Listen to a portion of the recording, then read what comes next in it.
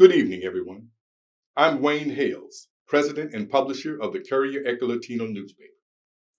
We are proud to partner with the sponsor of tonight's event, Gamma Tau Omega chapter of Alpha Kappa Alpha Sorority Incorporated, in collaboration with the Columbus Alumni chapter, Delta Sigma Theta Sorority Incorporated, the Columbus, Georgia chapter, Links Incorporated, the Interdenominational Ministerial Alliance, and the Urban League of Greater Columbus Young Professionals.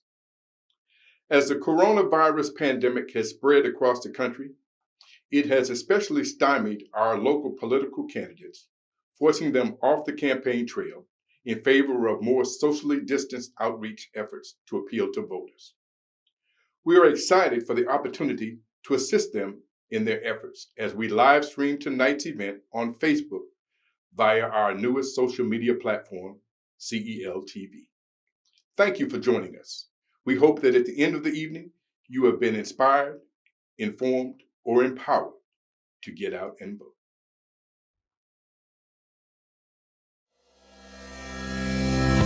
Good evening, and welcome to one in a series of 4 virtual forums providing you, the audience, an opportunity to see the candidates go head-to-head together. Voters are trying to nail down where the candidates stand on the issues, what sets them apart, and which of these political hopefuls has what it takes. Well, now it's time to find out. The candidates: former Columbus Mayor Teresa Tomlinson, Jon Ossoff, Senator Ed Harbison, Attorney Teddy Reese, Sheriff Donna Tompkins, Marshal Greg Countryman, Attorney Mark Jones, District Attorney Julia Slater,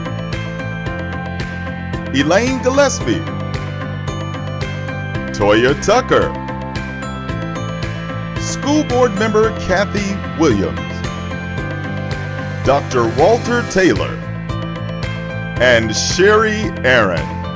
From CEL TV, meet the candidates, a virtual forum streaming live on Facebook from the studios of the Courier Echo Latino newspaper.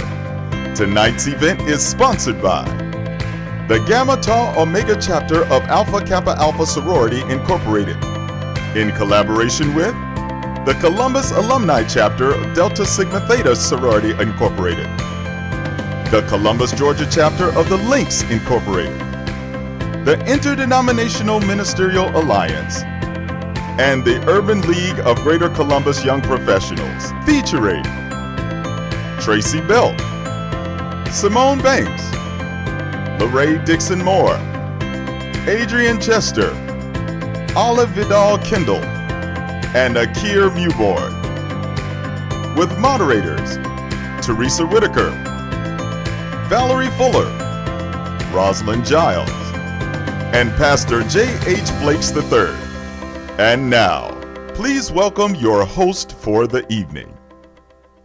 My name is Akir Mewborn, and I am the president of the Urban League of Greater Columbus Young Professionals.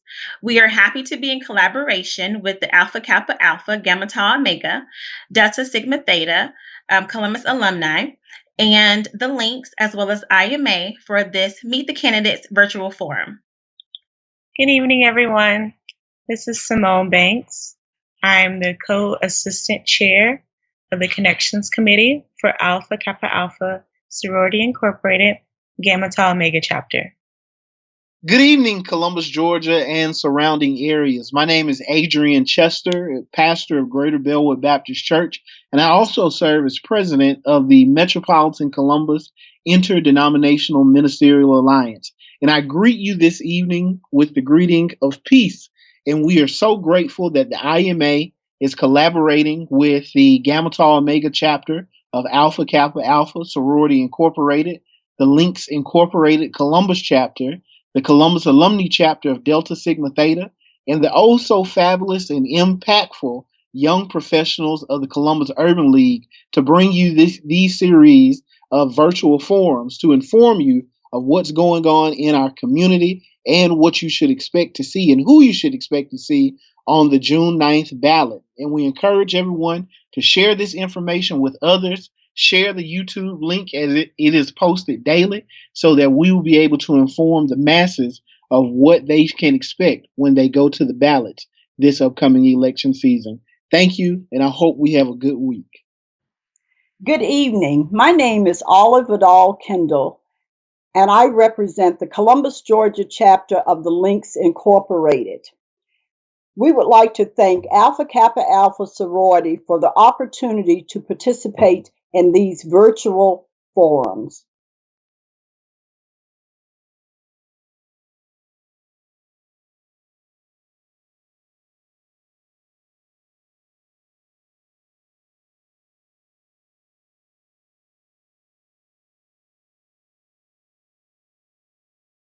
Good evening, everyone. My name is Tracy Belt.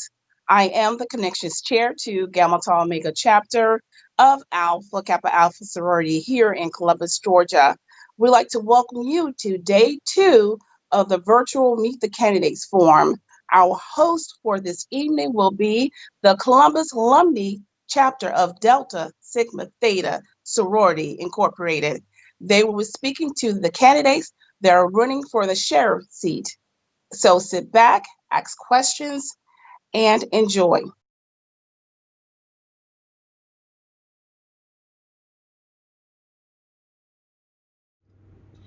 Good evening, everyone. I'm Lorraine Moore with Columbus Alumni Chapter of Delta Sigma Theta Sorority Incorporated, your host organization for this evening's forum. Joining me this evening are my fellow chapter members, Teresa Whitaker, who will be serving as your moderator, and Carolyn Mitchell, who will be serving as your timekeeper. I will go over the rules for this evening's forum. Each candidate will have 1 minute to give an open and closing remarks.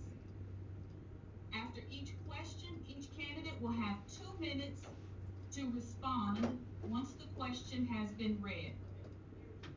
Persons posing questions to the candidates may ask questions of the candidate through the live chat box. There will be multiple questions allowed to each candidate with time constraints of 2 minutes to reply. The order of addressing questions by each candidate shall be in random order. Negative or derogatory comments to the candidates by any of the participants will not be tolerated and immediately addressed by the moderator. Any continued actions may result in the individual being muted or asked to leave during the commercial break. And with that, I will turn it over to our moderator, Teresa Whitaker. Good evening, everyone. Welcome. You've heard the rules. It's easier for me to keep track of who's talking if we go alphabetically. And so the initial question will go to the person who is alphabetically. That would be Greg Countryman. Then we'll go to Mark LaJoy, and then we'll go to Donna Tompkins. Each time there is a new question, the person next on the list will get the first response, and that's how it'll go. So we're going to, if you are watching on Facebook, you need to go the Courier Echo Latino newspapers Facebook page. We're going to take questions from you as well. So that's where you would type your questions in for these 3 candidates. And we want to remind you, the candidates, that this is not a debate. This is a forum. This is an opportunity for potential voters out there to get to know all 3 of you better. So there will be no personal attacks either coming from the folks that are asking the questions on Facebook or from the 3 of you. So again, if you're out there and you'd like to get a question to the candidates, and the question must be for all 3 candidates, not specifically for a candidate, but you're to go to the Courier Echo Latino newspapers Facebook page, and that's where you can type in your questions. So far we have no questions there. And what we're going to do now is take a quick break, and we're going to come back and get started. So fasten your seatbelts. We'll be right back. Congratulations to the 2020 graduating class of Rainey McCullers School of the Arts, sponsored by State Representative Carolyn Hughley. Congratulations to the 2020 graduating class of Spencer High School, sponsored by Kathy Williams, candidate for School Board District 7. Trying to dial in the station? K92.7, the best R&B and throwbacks. Monday through Friday, The Rick and Sasha Show with George Wilborn, mornings from 6 a.m. till 10 a.m. The Michael Soul Show from 10 a.m. until 3 p.m. The D.L. Hughley Show, afternoons from 3 p.m. to 7 p.m. The G Smooth Experience, nights from 7 p.m. until midnight. Take a stroll down memory lane with Wayne, Saturday mornings, 8 a.m. until 11 a.m. Big Legs. Sundays from 12 noon until 3 p.m. The best R&B music, entertainment news, news updates. K92.7. Congratulations to the 2020 graduating class of Kendrick High School, sponsored by Elaine Gillespie, candidate for City Council District 4. Congratulations to the 2020 graduating class of Carver High School, sponsored by State Representative Calvin Smyrie. Welcome back, and let's introduce our three candidates for this evening. We have Marshal Greg Countryman, Mark LaJoy, and Sheriff Donna Tompkins. We're going to ask the questions are going to be in alphabetical order, but first we're going to give each candidate 1 minute for an opening statement. Just let everyone know a little bit about who you are and why you are running and what it is you do. And we're going to start alphabetically with Greg Countryman. Thank you, Delta Sigma Theta Sorority Incorporated, for hosting this Sheriff's Forum this evening. I believe that everything rises and falls on leadership. My 16 years as being marshal has afforded me the earned experience to be a trusted leader of a law enforcement agency. Experience does matter. I want to use my 16 years of experience to transform sheriff's office to be a sheriff's office we're moving in the 21st century. And so I want to just thank you for allowing me to be a part of this forum, to get to know the public, and the public can get to know us. Thank you. God bless you. Mark LaJoy, your opening statement, please. You have a minute. Yes, ma'am. I'd like to thank the Delta Sigma Theta Sorority for hosting this tonight, Echo Latino, to do a live broadcast. Tell you a little bit about myself. My name is Mark LaJoy. I'm also one of the candidates running from Muskogee County Sheriff. I have a background of experience. I've been married for 39 years to the same woman, and I just retired from the military with 40 years, 6 months, and 3 days, with a lot of senior leadership involved in that.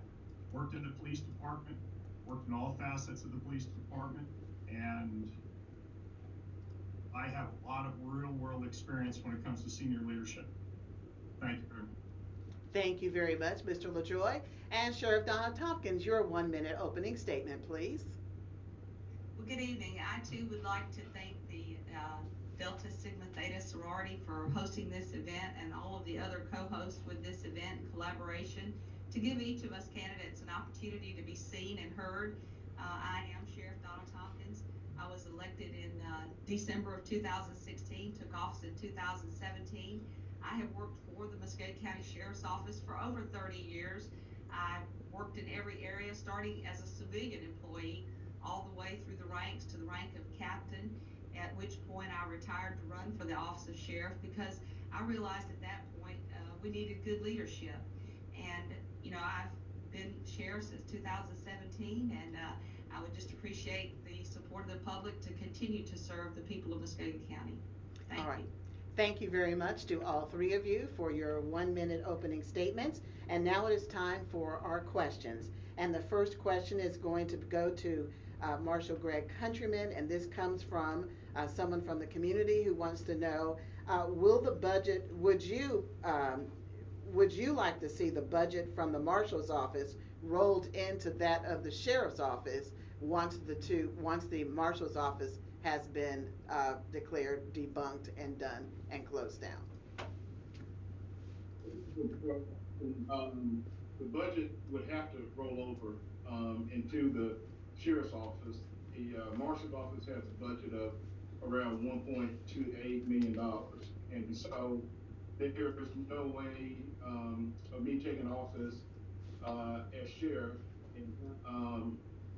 and not have the $1.28 million budget. That would have to roll over in order for us to maintain the same personnel, the same function, the same response, and the same level of professionalism. A response, Mark LaJoy. Yeah, I would echo the same sentiments. Hopefully that the budget would roll over. The duties and responsibilities in my book wouldn't change as far as the Marshals Department is concerned, unless those individuals within the Marshals Department would love a different assignment other than what they've been doing for the last, their career. I definitely would look over and make sure that those people, there's a smooth transition with them coming in. I think that's the ultimate thing here, is to make sure that that transition is smooth and that there's no fear of people losing their jobs in the transition. So. Response, Sheriff Donna Tompkins. Yes, obviously we would need the $1.2 million to pay the personnel that currently work for the Marshal's Office. My understanding of the change would be that all equipment, personnel, budget, everything would come to the Office of the Sheriff. And my plan as well would be that each of those people continue to do the jobs that they do as far as serving process for the courts. The only difference would be that they could also serve process for other courts instead of just municipal court, which is where they're bound right now. So certainly the budget and the personnel, because I think they're going to be needed to get the job done to serve the people. All right, and the next question is going to go to Mark LaJoy, and that question is, what do you understand as the role and function of the office you seek? Well, the role is wide and varied. You understand the civil process. I worked for a sheriff's office over in Russell County for about 4 years before I actually came into Muskogee County. A little bit of differences between the two agencies as far as that concerns. The processes are exactly the same. We want to make sure that we have, that we have a safe and efficient system that's run and that everything's looking good down there. I will tell you this, right now, we have a lot of work to do, and hopefully we can hit the ground running and get it done. Response, Donna Tompkins, what do you understand as the role and function of the office you seek? Absolutely, great question. I'm glad you asked it. Each county has a sheriff. There are 159 counties, and each county is a little different. But because Columbus is a consolidated government, those roles and duties were kind of split out in the city charter, whereas the Columbus Police Department is your primary response, 911. The sheriff is mostly responsible for the jail, for the courts, for the security. We monitor and track sex offenders. We deal with mental health subjects. We serve warrants. And we certainly partner with other agencies. Back in October, we began helping the Columbus Police Department to answer 911 calls. But that is not our primary function. Normally in this community, while it could be, it's not in Columbus, Georgia. And so you're bound by the resources and the budgets that you're given. And so those are our primary functions today. As those expand, taking in the Marshal's Office, we will serve more civil process. We will do more evictions, but our primary duties won't be changing. So that's what I understand the duties are. Although the sheriff is always the chief law enforcement officer in every county, we could have more duties, but the way Columbus has it laid out, we are bound by the budget and the responsibilities that we're given, and we have authority to do anything that we need to do legally. Thank you. Thank you. Response, Greg Countryman. Thank you. By Georgia state statute, the sheriff is the chief law enforcement official of the county, and by state statute, the sheriff is also the keeper of the peace of the county. And so the sheriff has a dual role, although that the sheriff has a primary duty, but they also have a secondary duty also. I've had the privilege of working in the sheriff's office for a number of years, where I worked the jail division, the court division, fugitive division, field services division. So I understand the ins and the outs of the office, but we can't, as sheriff, I want to move into the 21st century, because I believe that as sheriff, that we should partner with the community, and we should partner with the whole community, so that we can have a reach into the community to affect change for the community. Thank you. Our next question will be for Donna Tompkins, and it comes from our chat. And the question is, what are your thoughts to alternatives to cash bail? What steps can be taken to not penalize the poor for not being able to make bail? Okay, that's a good question as well, and I've discussed it before. Back in 2018, we began looking at other large sheriff's offices, other large communities like ours, for example, Savannah. And one of the things they did was to do an own recognizance bond on low-level type offenses like drinking in public or being in the park after hours. We got in cooperation with the judges, and we instituted that. Then we moved a little while later into low-level misdemeanors, such as perhaps a traffic offense or possession of marijuana, and we would do an own recognizance bond on those things as well.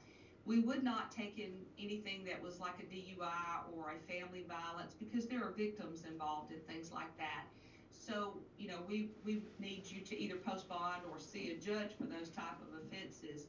As to any felony offense that either does or does not have a bond, you know, that's what the courts are there for.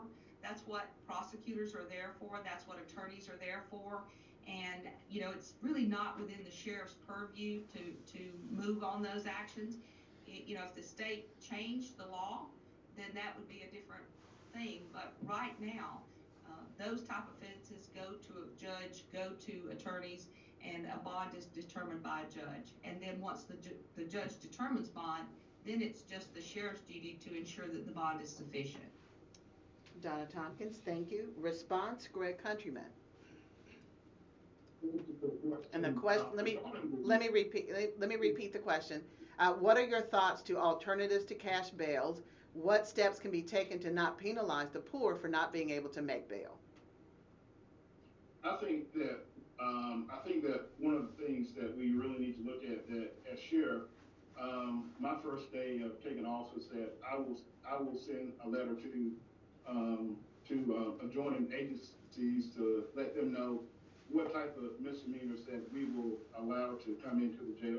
If you look at what most larger cities are doing, that they are given a principal summons, which is basically a traffic ticket, asking them to come to court. When we give an OR bond, the responsibility and the burden falls back on the sheriff's office.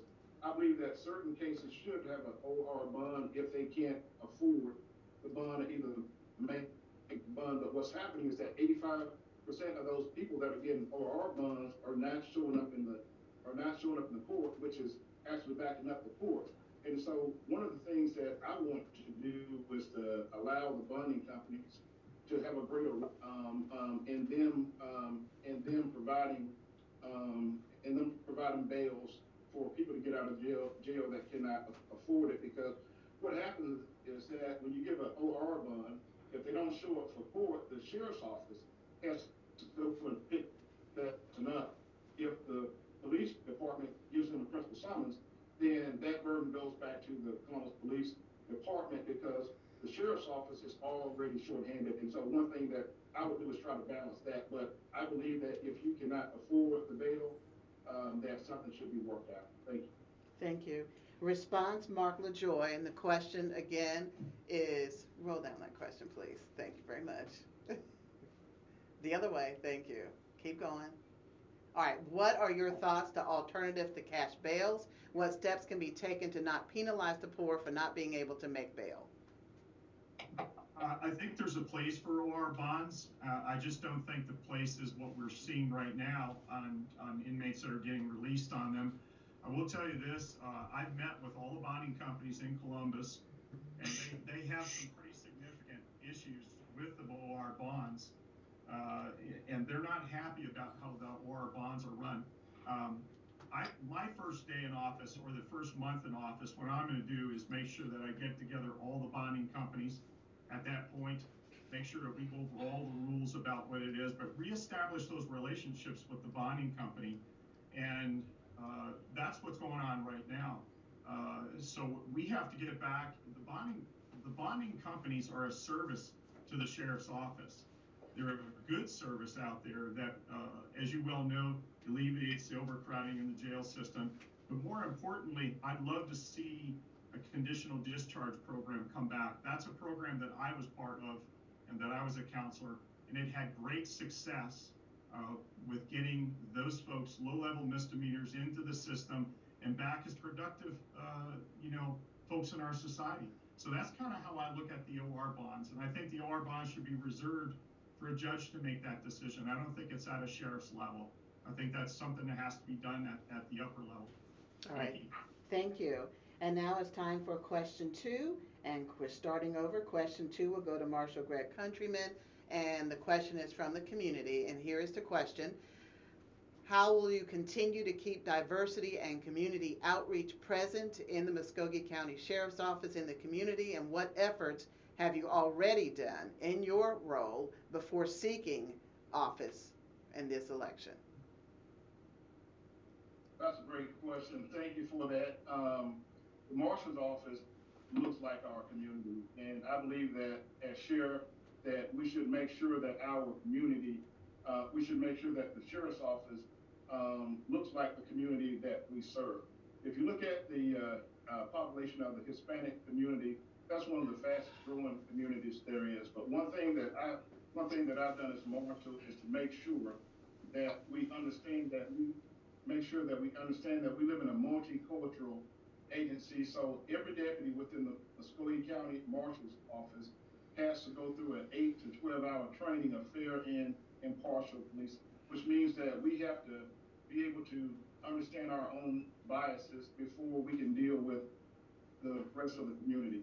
Because if we're going to be public servants, we have to make sure that we are serving those well that we do serve. And so you look at what's happening nationally, that sometimes that officers that we may hire may not understand their own biases. And so in order for us to serve the community better, we have to be able to understand that. So one thing that I've already done as Marshal is to implement fair and impartial training.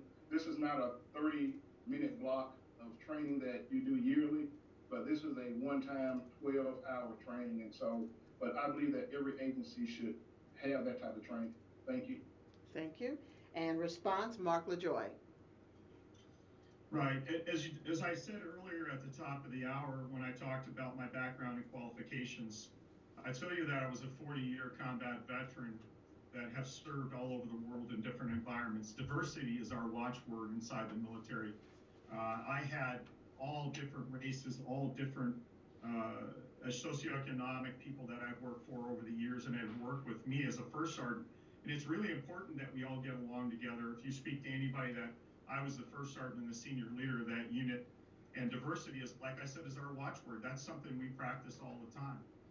So I would be no less inclusive about the sheriff's office to make sure that promotions are fair all across the board, to make sure that everybody is represented equally. And that's something that I've always been behind. And I understand culturally the Hispanic society. My wife is Hispanic. I said I've been married for 39 years. So we're in touch with the cultural side of the Hispanic community. Plus I speak Spanish, so that's a big plus as a sheriff. Thank you. Response, Donna Tompkins. Okay, well, first off, being female in a very highly male-dominated culture, I certainly understand diversity, and I really do try to watch that, even from myself. As far as the training, all law enforcement officers in the state of Georgia are required to take diversity training to understand our own biases. That's mandated by the state. But every opportunity that I have, I want to say this though, we do a testing and promotional system, and to me, education and testing levels the playing field, because everyone has the opportunity to compete in a fair system sponsored by the University of Georgia. So you can go as high as you want to go. The field is level, but every time I have an opportunity to make an appointment that's based outside of testing, etc., then I try to be as diverse as I can, because I do understand that everyone in our community is different. There are males, females, white, black, Hispanic, and all of these people make up our community. And I certainly do understand that from my perspective. And so I know that our staff needs to look like the community. And I believe we've done a really good job of doing that. So that's all. All right, thank you. The next question is to candidate Mark LaJoy, and the question comes from the community. And the question is, what is your definition of citizen arrest, and should the policy continue? That's a pretty loaded question considering what's going on up east of us.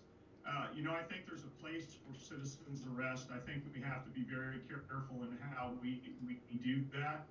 I will tell we have a gang problem that's kind of out of control, and I would prefer that folks try not to handle the law in their own hands. I would prefer them to report, advise, and report. I think that's the best thing for everybody. That way nobody gets mixed up and there's no definition on who's law enforcement and who's not. So that's a very difficult question, and I would better refer that to the law enforcement authorities that would come in and check those things out. I really don't think you need to be going out there if you're not a law enforcement official that's in duty uniform or that's on the job and you're going out there and doing these things. I think we have to look at that. That's something we have to look at very closely, but really leave it up to the law enforcement authorities to do that. Thank you. Thank you. Response, Donna Tompkins. Wow, obviously the Ahmaud Arbery case just is gut wrenching and really brings an eye to that problem. My understanding of a citizen's arrest has been if a crime was in progress. For example, you walked in and found someone assaulting your child or spouse. Well, that's certainly one thing. What we saw there was something very different. And, I hope that the courts and the law enforcement takes the appropriate action in that. I don't think that was a legitimate citizen's arrest. So that's all there is about that. All right. Response, Greg Countryman. Thanks for the question. Under Georgia law, to make a citizen's arrest, the incident has to be pressed. The incident just happened, and you also have to say citizen arrest. What we see happening around the world, around the United States, is frightening. Having 3 sons and looking at a lot of things that are happening with citizens making arrests, but it ends up in death, is very, very frightening. But in order to affect a citizen's arrest in Georgia, the incident has to happen then before you can't go around the block and make a phone call and 30 minutes later you happen to see the person make an arrest. That's not how it works, but I think it's something that needs to be looked into because we can make laws better once we look at what's happening. Because when we see failed things like this happening, and people will do wrong, but then they fall back on saying it's a citizen's arrest. I think that we really need to tweak our laws to make them stronger, to make them better, to where they are more people friendly. All right, thank you so much. The next question goes to Sheriff Donna Tompkins. It's from the community. And what is the biggest need of the Sheriff's Department, and what would you do to meet that need? The biggest need is to be, first off, always recruiting and retaining really great officers, because this is not just a job, it's a call, and people have to have a certain personality, a certain call to be able to do it. So getting and keeping great people is probably one of the greatest needs that we have. If you had asked me 3 months ago, I could have talked to you about a really large jail population, but with the COVID-19 pandemic in place, we have the lowest jail population that I've ever seen. So obviously there's been some changes with the pandemic.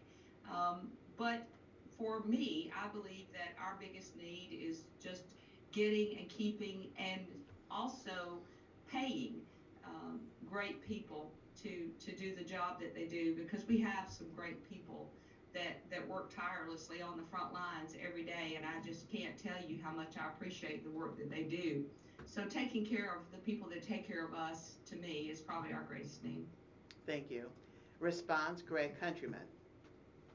I think that the greatest need that I see facing the sheriff's office right now is adequate personnel, and making sure that you can provide adequate safety for jail personnel as well as the men and women in the county jail that the sheriff is entrusted to protect.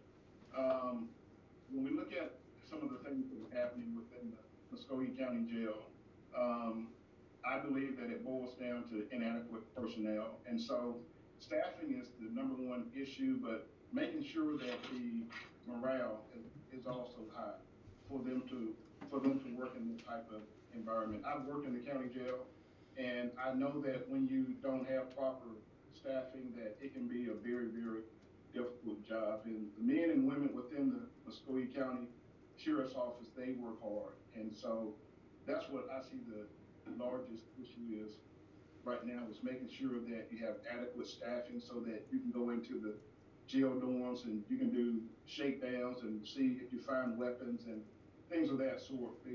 Because when weapons get inside of a cell and you don't have adequate personnel to go in and to do those safety checks, it makes living inside of those cells dangerous for those that are inside of the cell, as well as for the officers that have to go in to do the head counts as well. Thank you. Response, Mark LaJoy. Yeah, there's a lot of things that the Muskogee County Sheriff's Office and the jail are going to need. Recruitment is the main one, making sure we get good, adequate personnel to staffing to staff both the jail and the Sheriff's Office itself. Pay, better benefits, fair promotions. We've got to bring back the overtime, where the overtime has to be brought when there's a shortage out there. There's just a lot of things that have to be done. And more importantly, we're going to emphasize training, as I will as your sheriff, to make sure the training is the best. And my idea in training is that you don't ever have enough. And so we're going to bring back the training, making sure that it is out there, making sure benefits are out there, and that we're taking care of our folks, our staff, and more importantly, the safety and security inside the jail. That's something we have to look at very closely. I'm going to make sure that we're going to do that. Thank you. The next question also comes from the community, and it goes to Marshal Greg Countryman. And the question is, if you are elected, what do you plan to accomplish in your first 90 days? Within my first 90 days, one thing that I want to do is make sure, as I said earlier, about staffing. I can't tell you the number of calls that I get in inbox messages from families that have people inside of jail, and for those that work in the jail. I think within the first 90 days that I want to really, really work hard and make sure that we have adequate staffing. I can't say that enough, because working in the county jail, that's a very, very tough job. It is one of the toughest jobs I've ever had in my life, because being working on the outside and arresting people and having to come inside and you don't have any weapons. I think that what I'm going to do, or not think, but what I am going to do, is make sure that the staff know that they have a sheriff that cares for them, and I would not ask the staff to do anything that I shouldn't and hadn't done, because we want to have a safe working environment. We can talk pay later, but if you're not safe, you're not going to want to come to work. And so if we don't have adequate personnel, that puts a burden and a strain on other people. And so we want to make sure that everyone is going to be rested and that everyone is going to enjoy coming to work, so that we can have a safe environment. Mark LaJoy, response. First 90 days, that's a very good question. As you well know, we've got a pretty horrific gang problem here, gang drug problem in Columbus. The first thing that I want to look at is my new 8-step crime reduction strategy that I had put into operation and presented to Mayor Skip Henderson. I think it's important, as the chief law enforcement officer of the county, that I need to take a lead on this and make sure that our sons and daughters are not being killed out there in the neighborhoods. That's most important. And I think that program is something that I've worked on pretty hard. It's a program that will work. And more importantly, it gets community involvement. And I think that's what's important. The second thing that we'll look at again is recruitment, pay, and benefits. We're definitely going to look at that. And we have to look at the safety and security of the jail inmates and the staff itself. We've got broken doors out there. Doors need to be fixed. And the other thing we want to look at is we're always talking about recidivism. And I was approached by a volunteer organization that wanted to bring up a program called the Jail Dogs program, which is very beneficial. And that's taking the kennel dogs out and taking select inmates that would train these dogs and foster them out. I have a cousin who is the first woman sheriff in the state of Michigan. She has done this very program. And she said, Mark, you're hitting it right on the head. This is a good program. And what it does is it cuts down recidivism rates, which leads to reduced costs, medical costs, pharmacy costs, healthcare costs. This is something we have to look at. So that's first 90 days. Those are my first 3 programs that we're going to look at immediately. And then we'll start concentrating on other things to share. Thank you. Thank you. And response, Donna Tompkins, but before you start, viewers are asking if all 3 of the candidates please speak a little louder, get a little closer to the microphone. Okay? All right. Response, Donna Tompkins, your first 90 days. Okay. For the first 90 days, I want to say that, running the jail, running the sheriff's office is like eating an elephant, and you've got to just take little bites at a time. Ever since I took office, we have been working on pay and benefits. And today, as a matter of fact, I was before the Budget Review Commission on getting milestone increases for our employees, raised from $1,500 to $3,500. So I've been working on pay since day one. We've been working on critical infrastructure needs in that facility. We were released in July of 2019 from a DOJ consent decree, which said that our policies and procedures were in place. They were in line with what the Department of Justice wanted them to be. We are giving treatment to our critically ill, our mental health subjects. So, and repairs in the jail. We have purchased, worked with your other elected officials. We've managed to obtain a new generator that should sustain us for 20 years. We've addressed numerous leaks in the facility, but it's a 24/7, 365 place. And there's always going to be those needs. But I will say that we've come 100 miles at addressing all of those needs. We got a new jail floor in our kitchen so that everyone would be safe that was working there. And it's going to continue to be that for as long as anyone is sheriff. So these are the 2 issues that I will continue to address: infrastructure, pay, recruiting and retaining employees. But I have to tell you, when you recruit employees, you want to make sure you're getting good qualified people. Everyone doesn't need to be in this line of work. You deserve better as the community. Thank you. All right. We're going to ask one more question, and then we're going to take a break. The question is going to go to Mark LaJoy, and the question is, how important is it for the Muskogee County Sheriff's Office to work collectively with the mayor, the city manager, and city council, and the Columbus Police Department for the best interest of the city of Columbus? Oh, wow, that's a great question. And you're right, we do need to be working collectively. There has been strained relationships between the sheriff's office and the police department for years and years. That's not a negative, that's just what things that have been going on.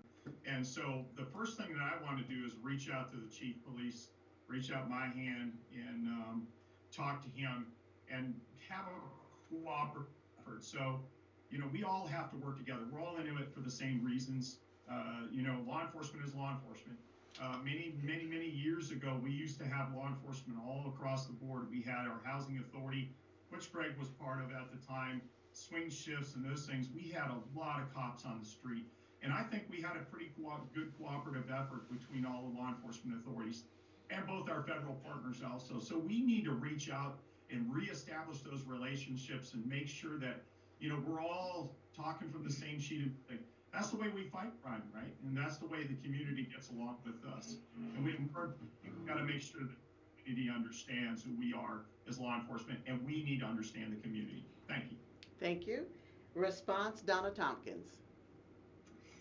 As to the relationship with the Columbus Police Department, as I stated before, in October of this year, we dedicated two deputy sheriffs 24 hours a day just to assist the Columbus Police Department in answering 911 calls because they were so critically short-staffed. In that time period, we've answered over 3,000 calls in assistance to the Columbus Police Department. It's crucial that we have a good working relationship, but I think it's also important to note that the chief is his own entity and the sheriff is her own entity. And while we work together, neither of us tells the other one what to do. So it's good that we work together. As far as council, the mayor, the city manager, that's how you get things done. You've absolutely got to be able to communicate, which is why I ran for sheriff the first time. You've got to be able to work together with people to accomplish something. You can't do anything all by yourself. And if everyone just goes to their separate ends of the table, no one's going to get anything accomplished. When it comes to budget matters, when it comes to, what's needed in this community, we all have to be a team and work together. And I think that's just critical. And frankly, I believe that's exactly what I possess that distinguishes me from the other candidates for this position, that I've done that. I've proven it can be done. And we have great working relationships. So not only here, but with other sheriffs and other police departments in all of our surrounding communities.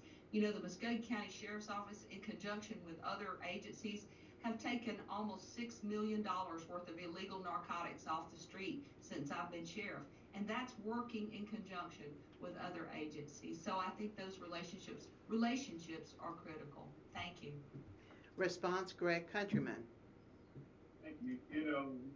One of my mentors is the former mayor and former police chief in Wellington, and he used to always say that, Greg, it's all about relationships. And I believe that we should be able to work together, that the sheriff and the police chief and the marshal, and as well as city government leaders, the mayor, the council, city manager, that we should all be able to work collectively, and we should all be able to understand each other's needs and to understand the personalities, and to also understand that we are public servants, and that it goes deeper than us just working with each other, because at the end of the day, we're all answerable to the public. And so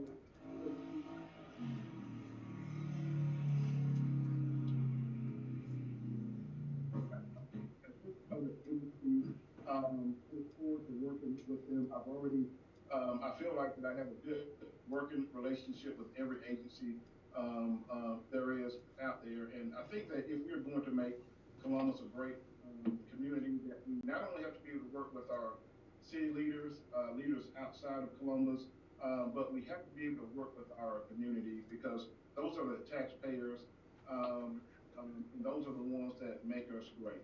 And so, but I look forward to working with everyone from day one, from the council, city manager, the citizens, the police chief, and I look forward to just sitting down and looking at how we can better work together to have a stronger Columbus. All right, thank you. We're going to give the candidates a moment to just kind of take a breather as we go to a break, and we'll be right back. Stay with us. Congratulations to the 2020 graduating class of Carver High School, sponsored by Marshal Greg Countryman, candidate for Muskogee County Sheriff. Congratulations to the entire Muskogee County School District's class of 2020, sponsored by School Board Chairman Pat Hughley Green. Foxy 105, number one for hip hop and R&B. The Breakfast Club with Team Muskogee, mornings from 6 to 10 a.m. Holding down the midday. The Shorty Mac Show from 10 a.m. till 3 p.m. The Van Gloria Show with DJ Double Okie, afternoons from 3 to 7 p.m. Riding with you from 7 till midnight. Nick DeKid, who plays the best hip hop. Foxy 105. Who plays the best R&B. Foxy 105. Who's got the best personalities. Foxy 105. Who's in the community and about the community. Foxy 105. What's your number one station for hip hop and R&B? Foxy 105. Congratulations to the entire Muskogee County School District's class of 2020, sponsored by City Councilor at Large, John House. Congratulations to the entire Muskogee County School District's class of 2020, Sponsored by Superior Court Clerk Danielle Forte.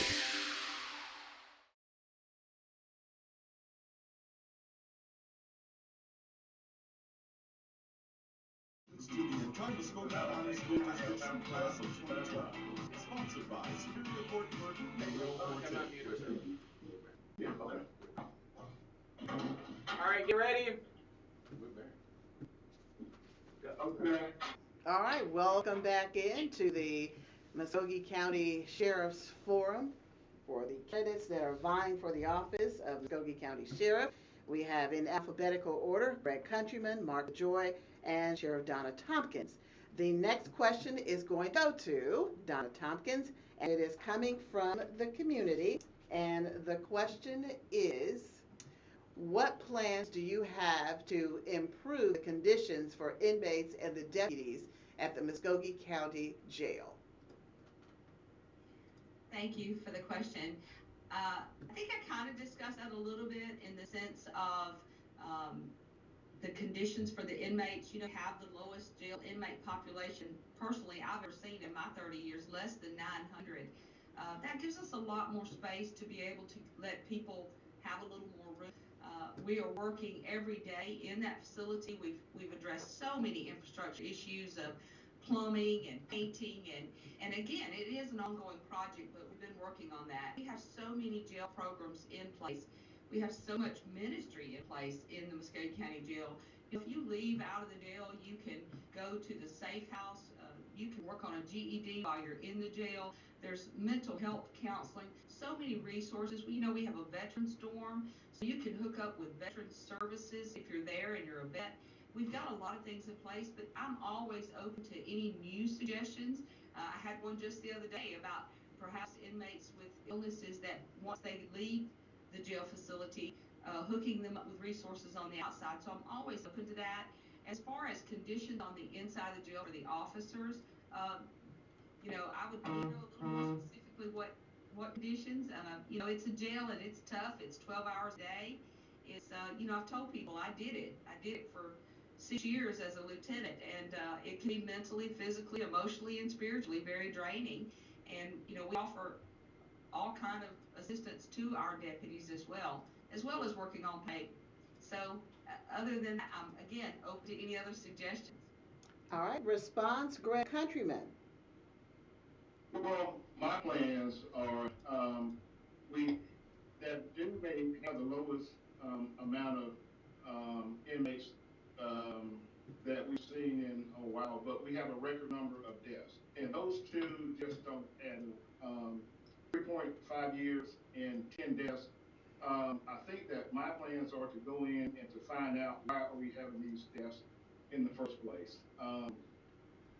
10 deaths within 3.5 years. If we go back and if we look at other prisons that are owned by the city, Muskogee County Prison, within 20 years, they hadn't had any deaths. And so my plans are to make sure that we have a safe jail, that when people come into the jail, they should not have died in the jail. If the numbers are low in the jail, then that means that personnel should have opportunities to go in and do jail checks, cell checks, and other things to make sure that the facilities are safe. Because 6 deaths within 6 months, that's way too many deaths.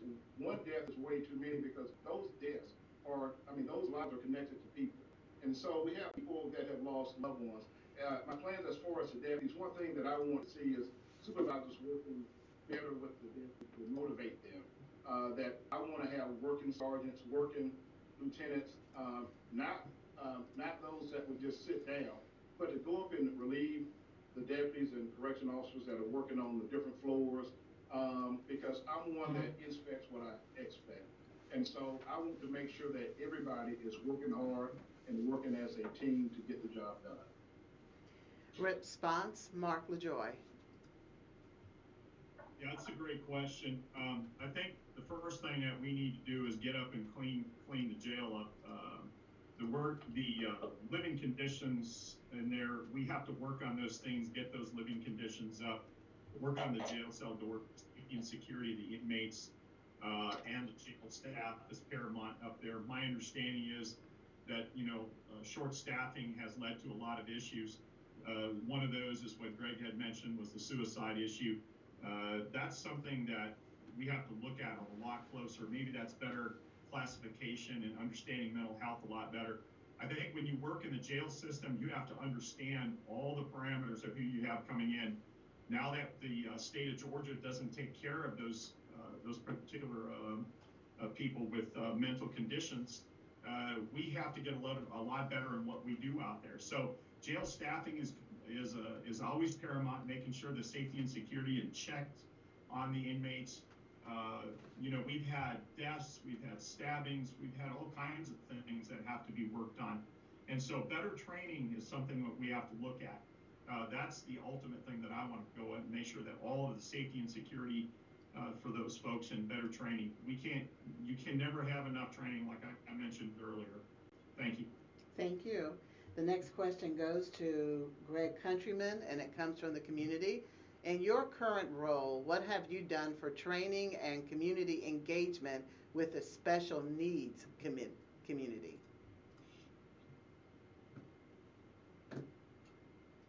Training for special needs community, we make sure that our deputies understand our community first. That means every part of our community. That means the special needs community, that means the white community, the black community, but all parts of the community. As far as special needs, I have to say that to my knowledge, I cannot put my fingers on any type of specific training recently that we've had as far as special needs, but our goal and our mission is to treat everybody equally regardless of who they are. Response, Mark LaJoy. Good question. Nobody understands special needs better than myself. I've been raising my granddaughter since she was 1.5, and she is part of the special needs community. I'm also part of the Autism Society here. I volunteered and done a lot of work with Special Olympics and softball games and things of that nature and bowling programs. And more importantly, I understand the special needs community and the training that has to be up there. And I think there's a symbiotic relationship between the sheriff's office and the autism community that there. We need to make that a lot stronger, get involved in a lot more with those programs. But again, I understand special needs and I understand what goes on with it. Thank you. Thank you. And response, Donna Tompkins. Yes, autism is one of the Muskogee County Sheriff's Office projects, if you will, and we support those functions. We've had training for our officers to know how to deal with the autism community. And going back to the jail, our officers in the jail are required to have 40 hours of training. The state requires deputy sheriffs to have 20. But in the jail facility, we have to have 40 hours of training to be able to deal with issues of special needs, mental health, those type issues, suicides, and I just have to comment on that, we have had 3 suicides since I have been sheriff. The first one within days of my taking office, and they're always terrible. But each and every one of those, I want to say we spend $4.5 million a year on medical and mental health services in that facility. And, we have counselors, we have doctors, we have psychiatrists, we have, anything that you can think of as far as needs are available right there in the jail facility. But if people don't tell us, there's not much that we can do. And that's unfortunate. But, you and I who live out here in the free world, it's the same with us. Sometimes people that we love very much, we don't know where they really are. And so that's unfortunate. We can do all of the training in the world, but if someone doesn't reach out for help, we can't give it to them. But we have all kind of training for special needs within the sheriff's office because we deal with that public very frequently. All right, thank you so much. The next question is going to go to Mark LaJoy, and the question is, what differentiates you from your opponents? Really great question from out there. How about the senior leadership that I've had over the last 40 years? Again, like I've mentioned earlier, I am a senior leader that has a wide and varied background. I've been program manager for a project in tens of millions of dollars that I've managed, I have the education, leadership skills, and abilities to do a job at the senior level. And the chief law enforcement officer of this county needs to act in that role. And that's who I am. All of my leadership that I've had over the years, both in combat and peacetime, has led me to the job that I'm trying to do right now, and that's to be your sheriff of Muskogee County. I have that experience to make this one of the best sheriff's offices in the state of Georgia, and that's always been my goal. Thank you. Response, Donna Tompkins. I have 30 years of experience with Muskogee County Sheriff's Office. I've climbed the ranks from civilian to captain. I've walked the floors of the county jail.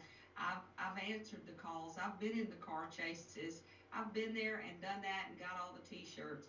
And I have to say this too. I have demonstrated the fact that I can manage this agency of 440 people and a $29.5 million budget. I can work with other people, other elected and appointed officials, and get the job done for the people of this community. That's what distinguishes me from the others. And I've been your sheriff, and I did the things that I promised that I would do for this community.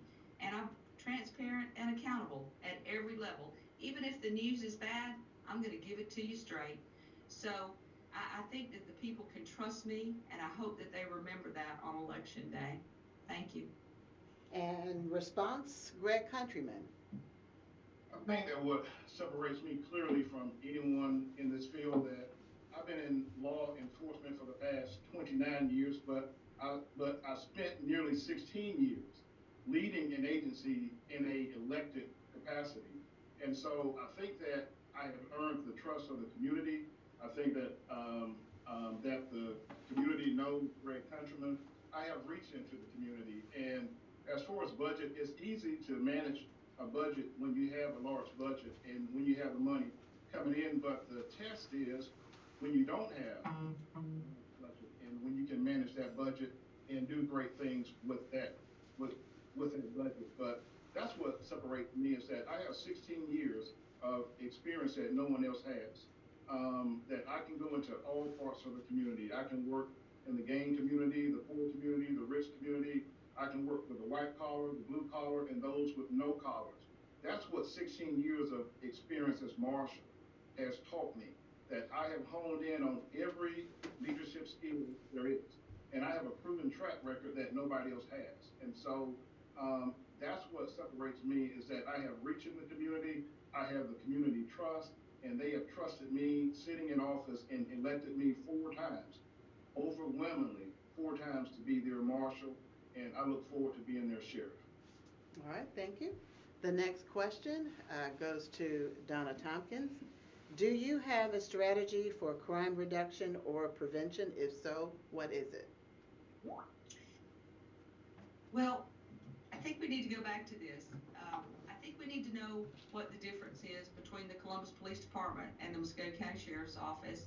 And as I've stated before, the Columbus Police Department is the agency that is the primary 911 responding agency in this community. They are the agency that does patrols. They're slotted for 488 police officers. Of my staff of 357 full-time people, over 200 of those people work in the county jail. So the others work in the courts, administration, that sort of thing.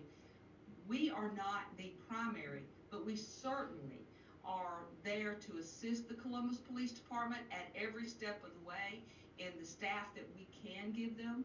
But the overall strategy, I would love to sit down with the mayor and the chief of police and discuss how we can assist, but understand that that is not the sheriff's primary responsibility. That really falls to the chief of police. We are and I will credit the marshal with this, we're a force multiplier. We are there to help the police department in every area, but we're not the people that goes out on homicide scenes or burglaries, although we have been doing that lately with helping CPD to answer those calls, but that is not what our primary focus usually is. And Greg Countryman, do you have a strategy for crime reduction or prevention? Absolutely. Absolutely, because I said earlier that the sheriff has a primary responsibility, but we also have a secondary responsibility, and that is to serve and to protect.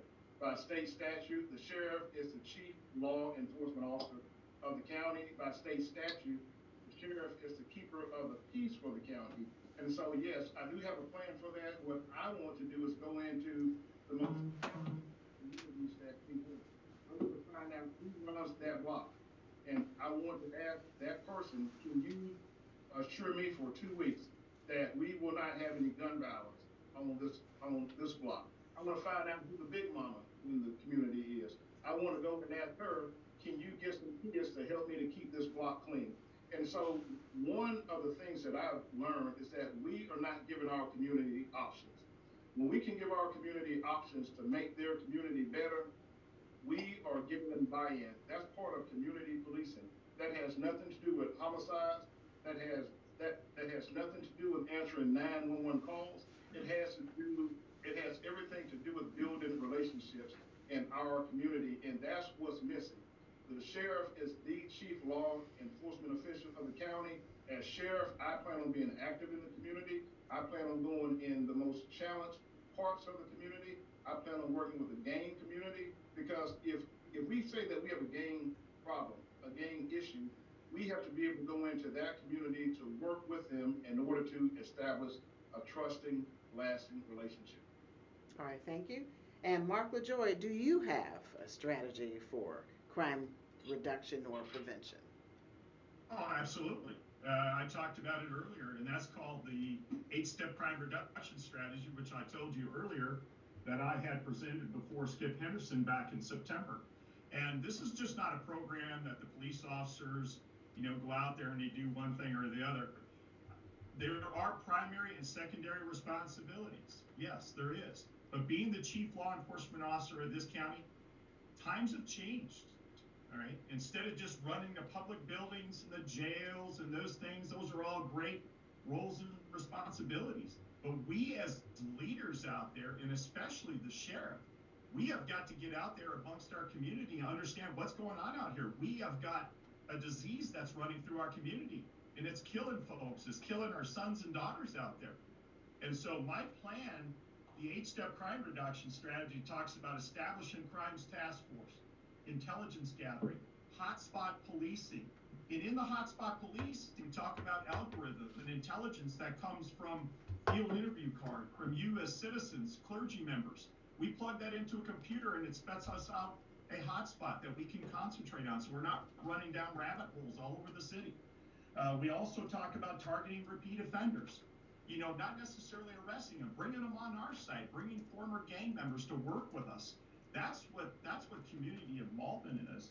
And then we talk about community involvement, getting the clergy, you as citizens out there involved in this, and that's what's more important. And identify the highest risk and detect and interrupt potential crime that might happen. This is most important out there, and this is the 8-step crime reduction strategy that I talked about, and it'll work. We have to get out there and we've got to do something. We just can't sit back and say, this is the end of it. This is what I'm supposed to do. Thank you. All right, thank you. And the next question goes to Greg Countryman. There's been a lot over the years about the budget for various city departments. How important is it to balance the budget, and can you be tough enough to make the kind of cuts that will balance that budget? Well, I think that, yes. If you look at the budget that I have now and the things that I do with it, let me say this, the philosophy of budgeting is the same. Don't overspend what you don't have. And that is a budget philosophy. And as far as making cuts to a budget, I will never make a cut to a budget that I have not analyzed first, because sometimes that we can say that we can do the budget for the same that maybe this sheriff has, but that would be derelict of me, because if I have not gone in and if I have not assessed the needs of the agency, then I can't say that I can run the sheriff's office for the same budget, because I don't want to have to go back and ask for more money, 3 or 4 months later. So the thing to What I learned about budgeting is understand the needs first, understanding what you must have and what you can do without. All right, thank you so much. And response, Mark LaJoy? Were you, okay, we're having a little technical difficulties here. Were you finished, Greg Countryman? You cut out. Yeah. Time. That's fine. Are you sure? I had a little.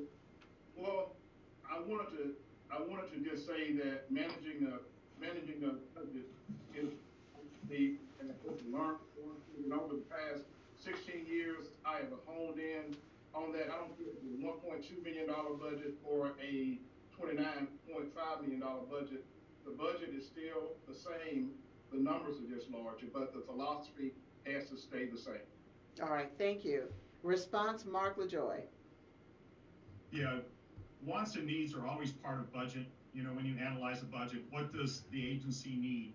What do they want and what do they actually need? And what is critical as part as the infrastructure is concerned in managing any budget, whether it's 1.2 million, 9, 10, or tens of millions of dollars in budgets that I've managed over the last few years. And I will tell you this, it's always comes down to that. But we have to look at the needs and we have to look at what we actually have to budget for. I think it's essential that when you're also budgeting, that you're working in conjunction with the city council. I think we have to have that, again, symbiotic relationship with the council, the mayor, and the city manager's office, all working together. You know, we shouldn't be suing, you know, the city or suing individual council members over budgets. I think that's absolutely ridiculous, and I think we have to get across and be able to work. And I'll strain myself without straining those relationships to make sure that we work in conjunction with that. And there's always new budget needs that are going on forever and ever.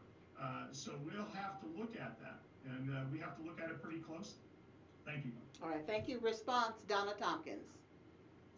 Yes, ma'am. Well, I think I've demonstrated that over the last 4 years. 1 year we gave back $500,000. This year we have a $29.5 million. We're in the budget process, but with COVID-19, there were a lot of things that we wanted that we did not get. But I can tell you this, as your sheriff, I've shown that I can do it with $29.5 million. You know, frankly, if you can't do 1.2 million without suing the city, I don't think you're really going to be able to do 29.5 without finding yourself in a difficult situation. You know, you have to demonstrate ability. So I believe that we've done a great job at working together with council and the mayor and getting a reasonable budget, staying within that budget. And at the same time, we've done great things about addressing pay for our people. We've addressed many critical infrastructure needs in that jail to make that a constitutionally safe environment. So if we have to cut, we will have to cut. But so far, we've been very fortunate, very blessed, because we've got great relationships and we've stayed within our budget. And I intend for us to continue to stay within our budget and intend to continue to work with council, the mayor, and the city manager to get the job done. All right, thank you. The next question goes to Mark LaJoy. As a candidate, why this office? You know, this is the chief law enforcement officer of the county. I was told many years ago to run for marshal, and I said, no, I'm not going to do that. I don't want to run for that program. I want to run for the sheriff's office. And I continue to do that. I've tried to run the last 3 terms that I've been in there. The sheriff's office, I think, is the most important job in the whole county. And that is because you are the chief law enforcement officer of the county. And again, I said I have the leadership skills and abilities to do this job. I'm a very matter-of-fact, honest person. A lot of people don't know who I am, and a lot of people don't understand my personality. I'm a matter-of-fact, and I'm all about business. And there's nothing more than that. You get what you get when you get me. But one of the things you have to understand is that I am concerned about the safety of our community, and I'm concerned about the safety of the inmates, and also concerned about the safety that's going on inside the jail system, both the workers and the inmates alike. And that's something that I have to tackle, and I'll tackle that the first 90 days within my term as sheriff. So the sheriff's office is something that's a challenge for me. We're going to look at this challenge and we're going to take it head on, just like I did everything in the military, everything that I did in the police department. Took that challenge head on, met the challenge, and always excelled at it. Thank you. Response, Donna Tompkins. Why this office? Well, it's home, it's family. I've been here 30 years. I never really started out thinking I want to run for sheriff, but I saw a real need back 4 years ago, and I felt that this was what I was supposed to do. And so I took a step of faith, and I've been blessed. And we've come through a lot in the past 4 years. We've gone through 2 floods at the government center, a potential fire, and now we're dealing with a pandemic. And I have to say that one of the greatest things that I've learned being a deputy sheriff is you've got to adapt to whatever is going around you. And so I certainly see an upcoming challenge with COVID-19. I think that's going to continue to have a significant impact on our community and on our life for some time to come, and certainly on our budget as well. And I just believe that this is my assignment. It's what I'm supposed to be doing. I think that we've been extremely successful. And, I can't take all the credit for that. I've got a great team of people that help me. And I just believe that it's what I'm supposed to be doing, my call, if you will, in life. And I love doing it. It's my full-time job. It's my full-time passion. And I enjoy serving all of this community. Greg Countryman. Response, why this office? Well, I've been going through for the past 16 years, and I waited patiently to run for sheriff. I've had people to come to me many years ago and ask me to run for the office of sheriff, but I don't want to run on other people's terms. I want to run on my own terms. So this is something that I have worked over. It's something that I've talked to my wife about, my family, and this is the right time for me to run because I bring something to the office. I bring a skill set to the office. I bring the experience to the office. I bring the level of education to know the office because I work in the sheriff's office. I work the jail division. I work in courts. I work fugitives. I work field services. But most of all, I understand the office and I understand the needs of those that work in the office because I still communicate with those who are in the sheriff's office because I'm still family. Once you work in the sheriff's office, you're family. If you work in the housing police, you're family. If you work in the marshal's office, you are family. And I understand the needs on the outside. There's only so much that the public can see from the outside. But as marshal for the past 16 years, I'm on the inside. And so I bring something to the table, and I want to move the sheriff's office in a 21st century direction and a strong sheriff's office so that we can have a stronger agency. Thank you. Thank you.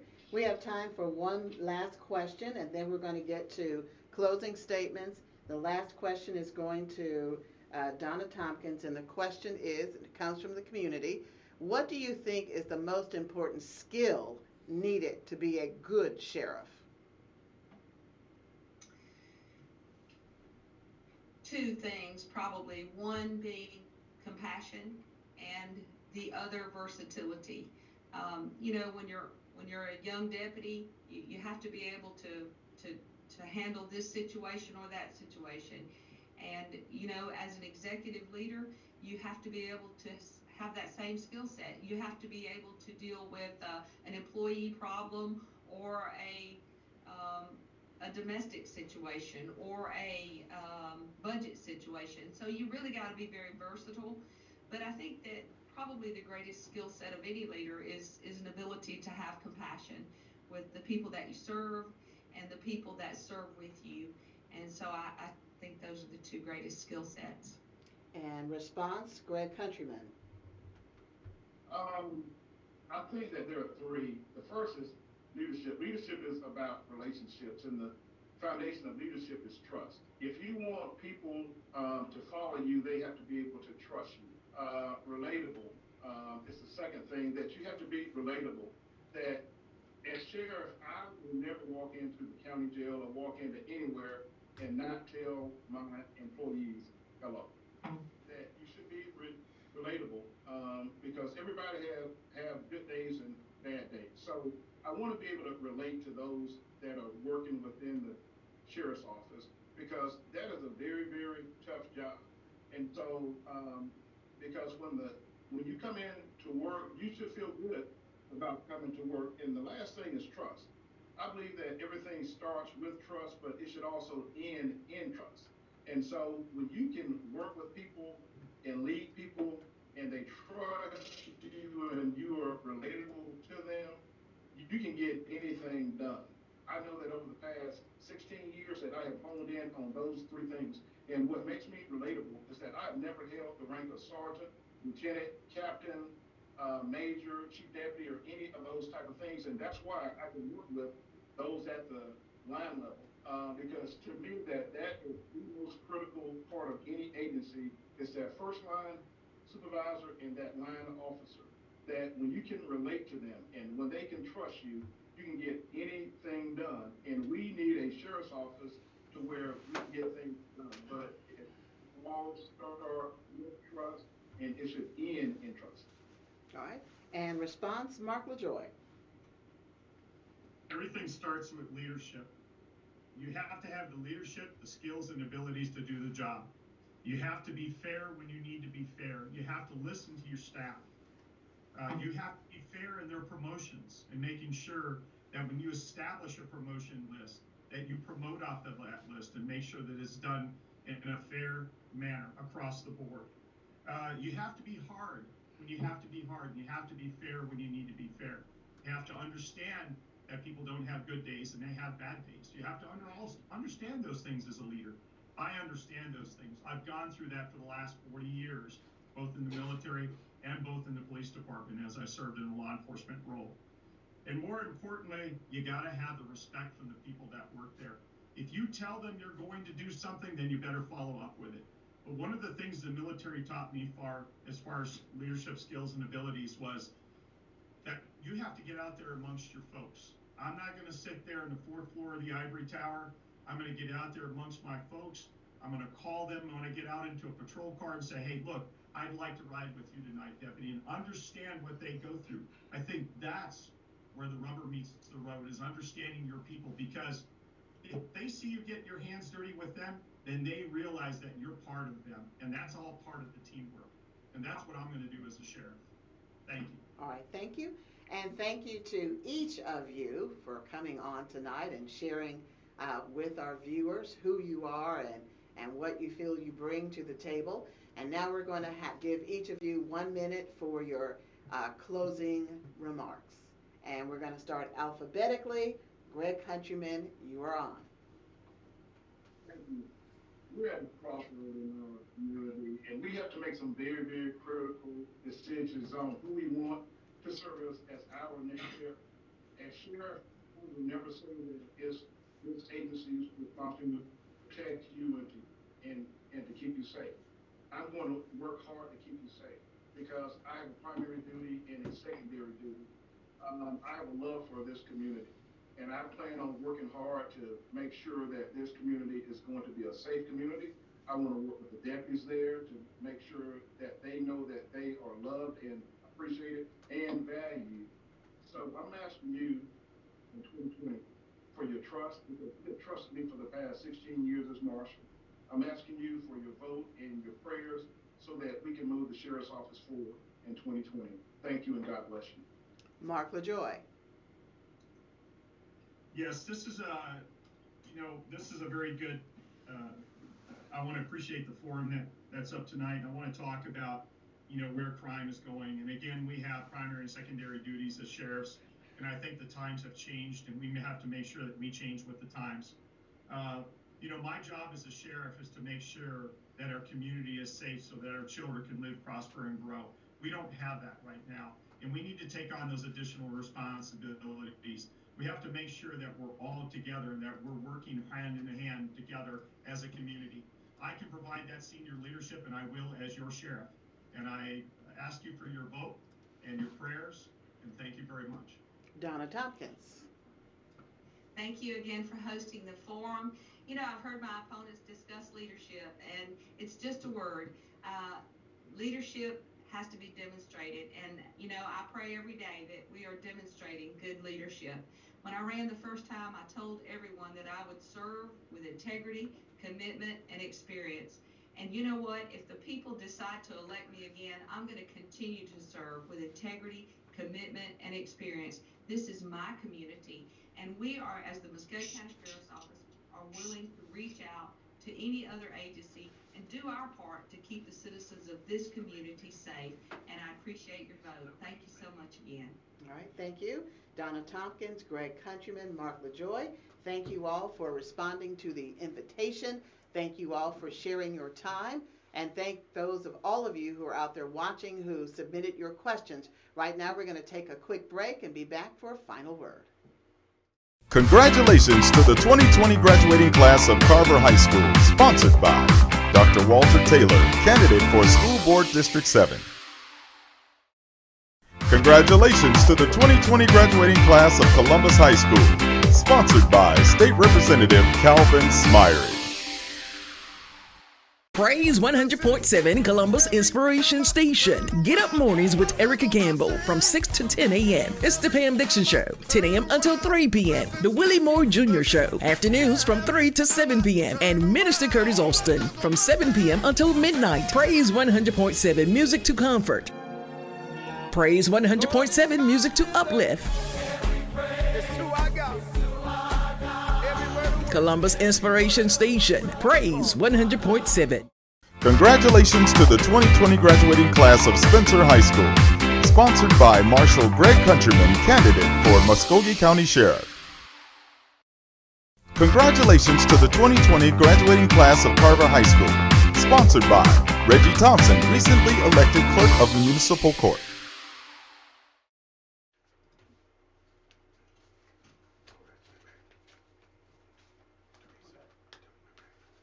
All right, and we're back. And now we're going to hear from the host of this event, Lorraine Moore, with the Columbus, Georgia Alumni Chapter of Delta Sigma Theta Sorority Incorporated. Lorraine.